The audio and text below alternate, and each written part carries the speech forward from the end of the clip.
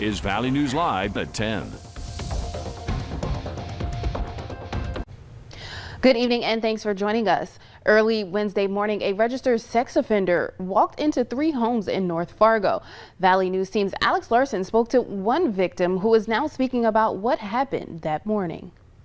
When I came around the corner thinking it was one of my roommates, it was Daniel Grinder.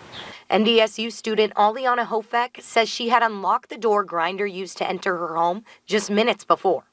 Hofek says she lives with 2 other young women.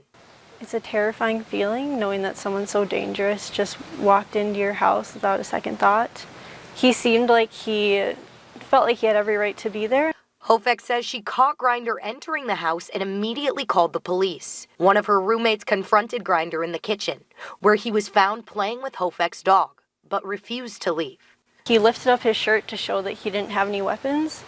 She eventually got him to leave, and as he was leaving, he said, "Give me 10 to 20 minutes to leave and I'll put $200 in your mailbox." According to police, they later found a handgun in Hofek's window well. In the police report, it said Grinder had shown the gun to other residents of the other homes he had broken into that night.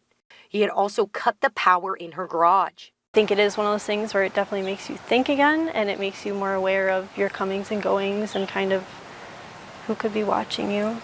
Grinder has a history with law enforcement. In 2007, he was convicted of gross sexual imposition. His victims were all under 15 years old at the time. It doesn't really hit you how big of a deal it was, but after a few days you kind of start to realize you're like, okay, I am afraid to sleep at my house now. I'm constantly locking the doors. Anytime I hear the wind, it makes you paranoid. Alex Larson, Valley News Live. Grinder was arrested a few blocks from Hofek's home later that night. Tonight,